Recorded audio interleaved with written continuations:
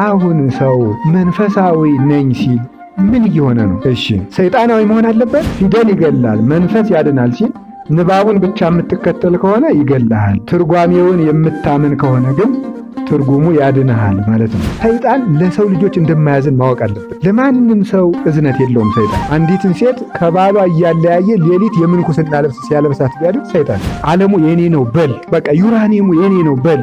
የሌለ ነገር እኮ ነው፣ ምንም የለም። ሰውየው እንኳን ዩራኒየም የብር ፍርቃጭ ወይም የናስ ፍርቃጭ ቆፍሮ ያው የሰከረ ሰው ሴቱ ሁሉ ሚስቱ ነው፣ ቤቱ ሁሉ የሱ ነው፣ ሹመቱ ሁሉ የሱ ነው፣ ሁሉ የሱ ነው። በቃ የሰከረ ሰው በሞራል ሕግ ይኖሩ የነበሩ የሰው ልጅ በህሊና ሕግ ይኖሩ የነበሩ የሰው ልጆች ስግብግብነታቸው ሲጨምር ምን ማበጀት ጀመርን? ሕግ ሐሳብን ከማዋሃድ በፊት ስጋን ማዋሃድ ከገጠመ ራስ ወዳድነት ነው እንጂ ፍቅር አይደለም። ሰው ማለት ማህበራዊ እንስሳ ነው ይላል። እንደዚህ ያደረጉ እኮ ያበላሹ ያያችሁ። ሰው ማህበራዊ እንስሳ ነው እንዴ? ኖር አይደለም እንዴ? አንድ ዲግሪ ሲኖረው ሰው በቃ ይሰማል፣ ተመስገን ነው። አሁን ደንቆሮ አይደለም ነው የሚባለው። ብዙ በመብላት ከሆነ በደንብ አድርጎ ጅብ ይበልጣል። በደንብ አንድ አህያ ይጨርሳል። አሳማ በደንብ ይበልጠና። የተመጣጠነ ምግብ በመመገብ ከሆነ አይጥ ትበልጠናል።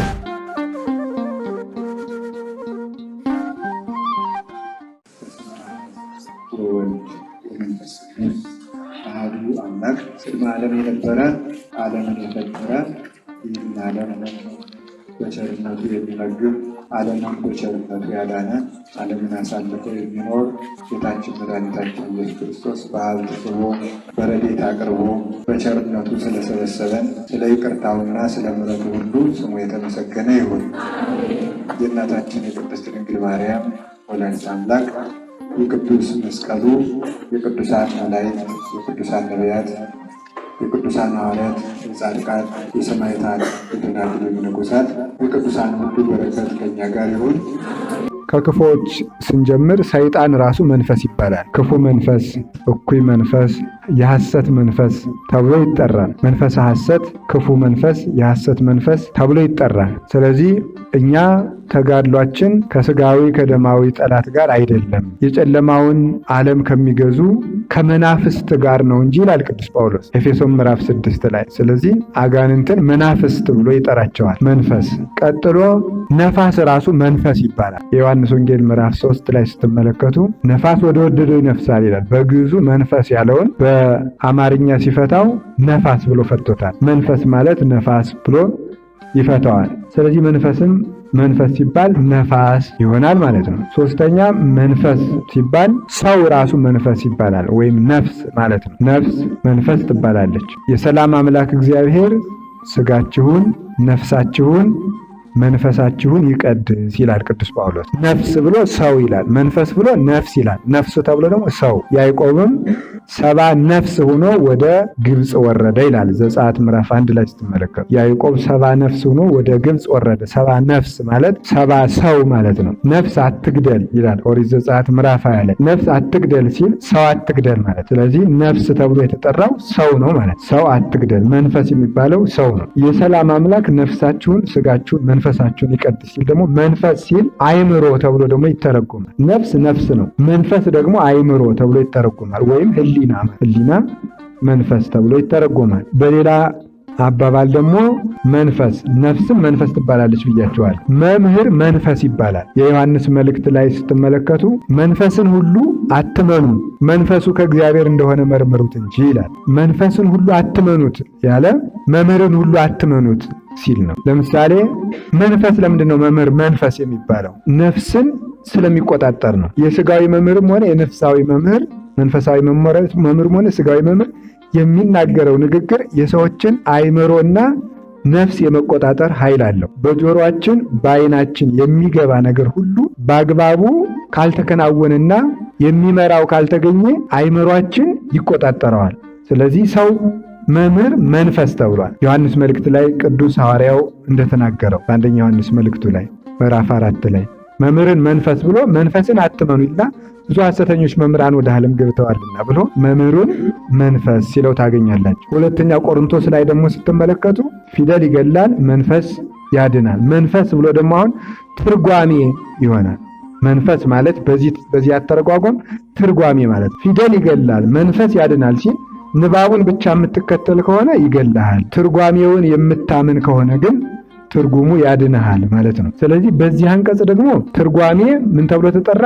መንፈስ ተብሎ ደግሞ ተጠራ። ከዚያ በኋላ ምን ይባላል? መላእክት መንፈስ ተብለው ደግሞ ይጠራሉ።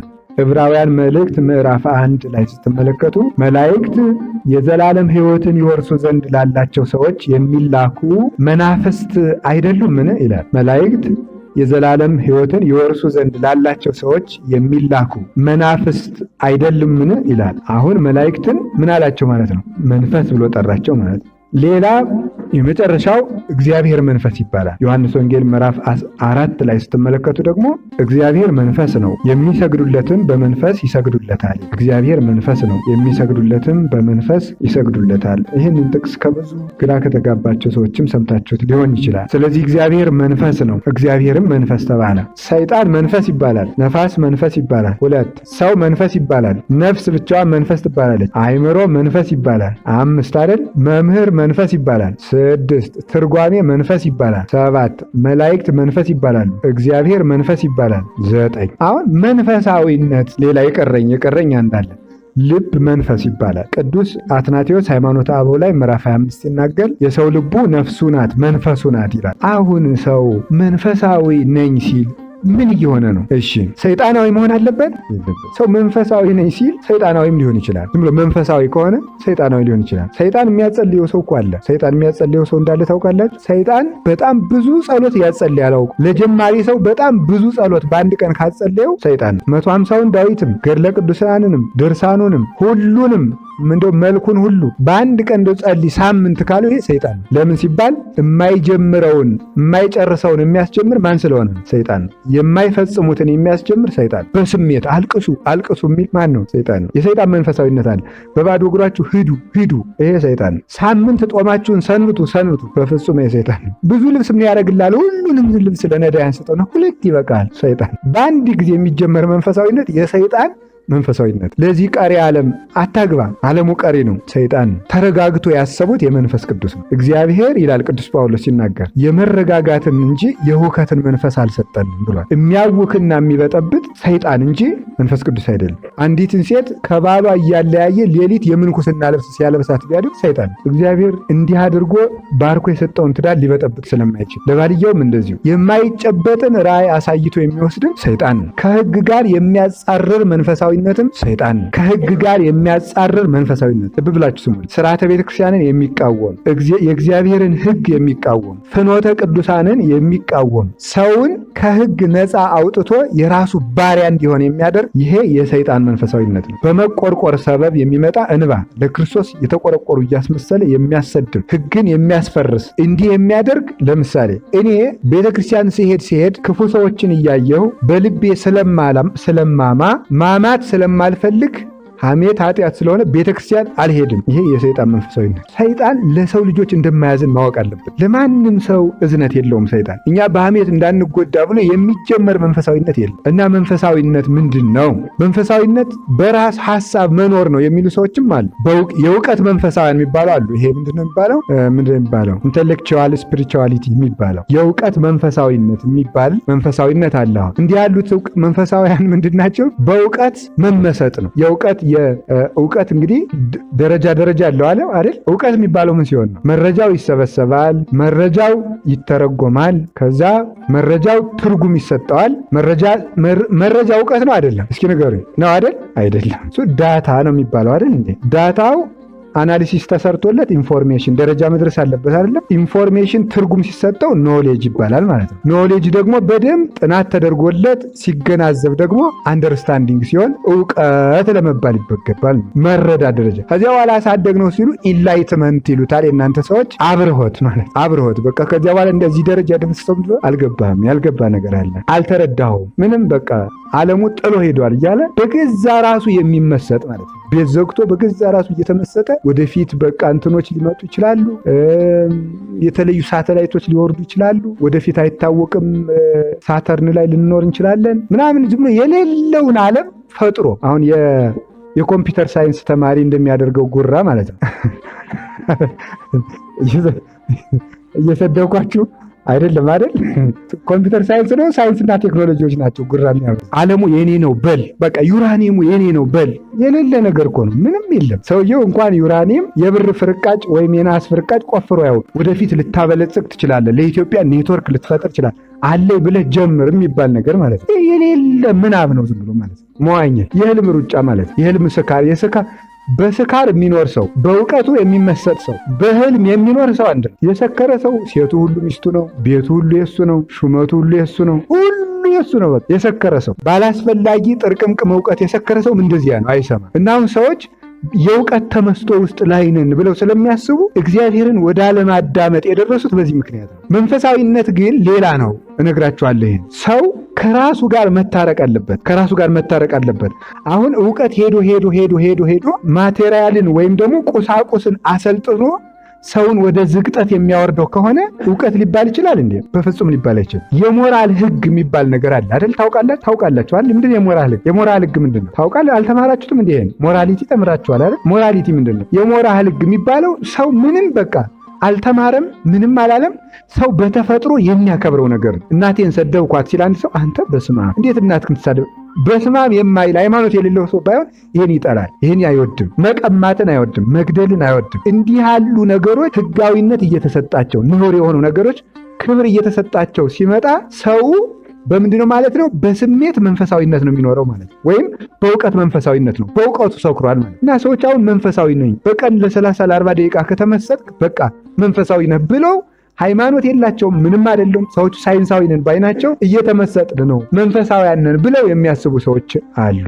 እንደገና ደግሞ የጭቁኑ መልአክ ጠበቆች የሚባሉ ደግሞ አሉ አይደል? ጭቁኑ መልአክ ማለት ነው ሰይጣን ተጨቁኗል፣ መብቱን ተገፍቷል። ለአዳምና ለሔዋን እግዚአብሔር የጨቆናቸውን ምስጋና ይግባው፣ እግዚአብሔር ጨቁኗቸው ነበር አዳምና ሔዋንን። አይናቸውን ሸፍኖ ሰይጣን ምን አደረግላቸው? በለስን እንዲበሉ አድርጎ አይን አበራላቸው። ስለዚህ አይን ስላበራ ተጨቁኗልና የሰይጣን መብት ማክበር አለብን ብለው ደግሞ በሰይጣን የሚመሰጡ ሰዎች አሉ። ግን እግዚአብሔር አይናቸውን ሸፍኖላቸው ሳለ ያዩት የነበረ ምንድን ነው? እግዚአብሔርንና ገነትና በጎ ነገር ነው። ሰይጣን አይናቸውን ሲገልጥላቸው ምንድን ነው ያዩት? ገሃነም ነው ያዩት፣ ችግር ነው ያዩት፣ ረሃብ ነው ያዩት፣ ክርክር ነው ያዩት፣ ጦርነት ነው ያዩት።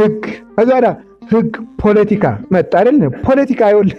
ፖለቲካን ምን እንደወለደው ታውቃላችሁ? ስግብግብነት እኮ ነው የወለደው። ፖለቲካ የስግብግብነት ልጅ ነው። ሰዎች መጀመሪያ ስግብግቦች ሆኑ። ምክንያቱም እግዚአብሔር ለሰው ልጆች የሰጠው አይን ታውሮ የስጋ አይን ሲገለጥ ሰዎች ራስ ወዳድ መሆን ጀመሩ። ራሳቸውን ከመውደዳቸው የተነሳ የሌላውን መቀማት ሲጀምሩ የእግዚአብሔርን መንግስት ቀምቼ ነግሳለሁ ብሎ የቅጠል ወይም ደግሞ የበለስ ፍሬ የፈላው የሰው ልጅ በዚህ አልጠግባይነቱ የባልንጀራውንም ነገር የሚመኝ ስለሆነ ያንን ለመጠበቅ ሲባል ሰዎች ምን አደረጉ? ራሳችን እንዴት እንጠብቅ፣ እንዴት አድርገን ራሳችን እናድን ተብሎ ፖለቲካ መጣ ማለት ህግ መጣ። የሰረቀ እንትን ምን ተላለ እንትን ይሄን ያደረገ እንደዚህ የሚል ህግ አወጣን ማለት። በሞራል ህግ ይኖሩ የነበሩ የሰው ልጅ፣ በህሊና ህግ ይኖሩ የነበሩ የሰው ልጆች ስግብግብነታቸው ሲጨምር ምን ማበጀት ጀመርን? ህግ። ያኛው ህግ ደግሞ ሌላውን ጨቁኗል ብለን ደግሞ ምን እንወልዳለን? ሌላ ህግ። ያኛው ህግ ሌላ ሰው አላካተተም ደግሞ ተብሎ ምን ይመጣል? ደግሞ ሌላ ህግ። በዓለም ላይ ትልቁ የህግ መጽሐፍ የፕላቶ መጽሐፍ ነው እና ቅዱስ ዮሐንስ አፈወርቅ ምን ይላል? ሰው የፕላቶን መጽሐፉ የሚለው ፍትህ ነው የሚለው ጀስቲስ ነው። ግን የፕላቶን ጀስቲስ እያነበበና እየተማረ ሰው እድሜው ያልቃል፣ ግን ፍትህ ሳያገኝ ሊሞት ይችላል ይላል ዮሐንስ አፈወርቅ። ዘመኑን ግን ስለ ፍትህ እየተማረ ፍትህ ያገኝ። ምክንያቱም የፕላቶን የሚያፈርስ ደግሞ ሌላ ህግ ይመጣል። ስለዚህ ምን ይሆናል? ፖለቲካ ምንድን ነው ሲባል እንዳተረጓጉሙ ነው ተባለ ማለት። ጥሬ ብንደፋ ለ5 ዶሮዎች 5 ጥሬ ብንደፋ ስንት ይደርሳቸዋል ቢባል መልሱ ምን ሆነ? እንዳለቃቀማቸው ነው አይደል የተባለ። እንደዚያ ሆነ ማለት ነው። እንዳለቃቀማቸው ነው እንጂ አንዳንድ ብሎ መልስ የለም ማለት። አንዳንድ ብሎ መልስ የለም። እንዳለቃቀሙ ነው። ፈጥኖ የለቀመ 5ቱን ውጦ 4 ጦሙን ያድራል። አሁን የራሳችን ህግ ስላመጣን ማለት ይሄ ሁሉ ችግር ያመጣል። ይሄ ሁሉ ነገር አምጥቶብን ስግብግብነታችን፣ ራስ ወደረችን። ለዚህ እኮ ነው አሁን ሰው ኢጎ አመጣ።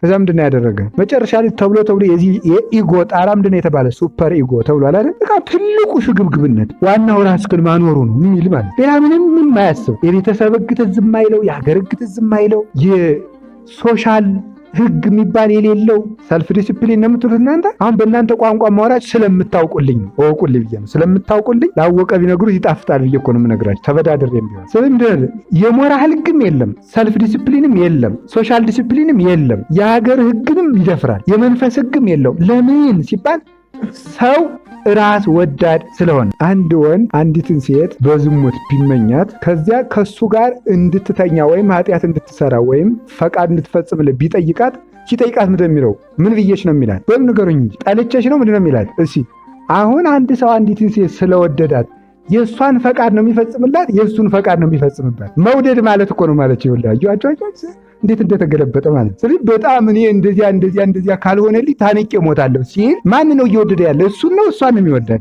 ራሱን ነው የሚወደው። አያችሁ፣ ራሱን እኮ ነው የሚወደው። ታዲያ ሴቱ ጅል አይደል? እውነት መስሏት ፍቅር እንደው እኔን ወዶኝ ብላ ናላዋ ዝውር ይላል። የወደደ ግን ማን ነው? በሞቴ ንገሩኝ። ራሱን ነው እኮ የሚወደው። አይገርማችሁ? ራሱን ነው የሚወደው። ስለዚህ ምንድን ነው የሚሆነው? ስለዚህ ያችን ሰው ምን እያላት ነው ማለት? የፍላጎቱ ባሪያ እንድትሆን ነው የሚጠይቃት ማለት፣ መሳሪያ ማለት እኮ ነው። ያከበረ ሰው ግን ምንድን ነው? ሐሳብን አዋህዶ ነው የሚጋባው ማለት። ሐሳብን ከማዋሃድ በፊት ስጋን ማዋሃድ ከቀደመ ራስ ወዳድነት ነው እንጂ ፍቅር አይደለም። እና በዚህ ዓለም ስማቸው ከጠፉ ነገሮች መካከል አንዱ ፍቅር ነው። ስሙ ልም ብሎ የጠፋበት ማለት ሰዎች ስሙን የሚያጠፉት ሰውን ፍትወትን እንጂ ፍቅር አላዘውም በእውነቱ ማለት። እና አሁን ራስ ወዳድነት እንዴት እንደሰለጠነ ተበሩ። መንፈሳዊነት እንዲሁ መንፈሳዊነት ሲባል እኮ ደግሞ አለማፈራችን መንፈሳዊነት እንደዚህ ነው ወይ? በሰይጣን ተይዞ እያለ ከዛ ደግሞ ምንድን ነው ሰው ምንድን ነው? መንፈስ። ስለዚህ መንፈስ ሲባል አንድ ሰው ብቻ ከሆነ መንፈሳዊ አይደለም። ሰው ብቻ ዝም ብሎ ሰው ቲንክ ያደርጋል፣ ያስባል፣ ከዛ ምን ይላል? ይናገራል። አሁን እኮ የቻይና ሮቦቶች ሁሉ አሉ። ምን ልታዘዝ? ዳቦ ይሆንልዎት? ቲማቲም ጀምረዋል አሉ። እንግዲህ ማለት ነው እንደዚህ ጀምረዋል። ሮቦት ሁሉ አሁን የሮቦት አትሌት አለ፣ የሮቦት ወታደር አለ፣ የሮቦት ካሸር አለ፣ የሮቦት ሼፍ አለ። ምን ይደላል ማለት ነው። አሁን እኮ ሮቦትም እያወራ ነው። በማውራት ነው ወይ ሰውነት? ሰው ማለት ማህበራዊ እንስሳ ነው ይላል። እንደዚህ እያደረጉ እኮ ያበላሹ። ያያችሁ ሰው ማህበራዊ እንስሳ ነው እንዴ? ኖር አይደለም እንዴ? ዝንጀሮ ራሱ እኮ ማህበራዊ እንስሳ ነው፣ በደንብ የተሳካለ እንዴ? አሁን ያደጉ ሀገሮች በሙሉ ድንበራቸውን የሚጠብቁት በውሻ አይደለም እንዴ? የተቀበረ መሳሪያ የሚያወጡት ማለት በውሻ እኮ ነው። እስኪ እዚህ ዓለም ሳጋ የሚባል ቦታ አለ ወደ ባህር ዳር ዝንጀሮዎች እንዴት ዳቦ እንደሚጠብቁ ያቸው። ስለዚህ ሰው የሚያበላውንማ በሬም ያውቃል። ማሰብ ብቻ ነው ወይ መናገር? ስልክ እያሰበ አይደለም እንዴ? አያስብም? እኔ በስልክ ሳይሆን 90ዎቹ ምናምን የመጣች ካልኩሌተር ነበረች እና የማየውን ቁጥር ዝም ላይ እየደለስ ካስቸገርካት አይ ቲንክ ዩ አር ኖት ስቱፒድ አይደል ትላለች ማለት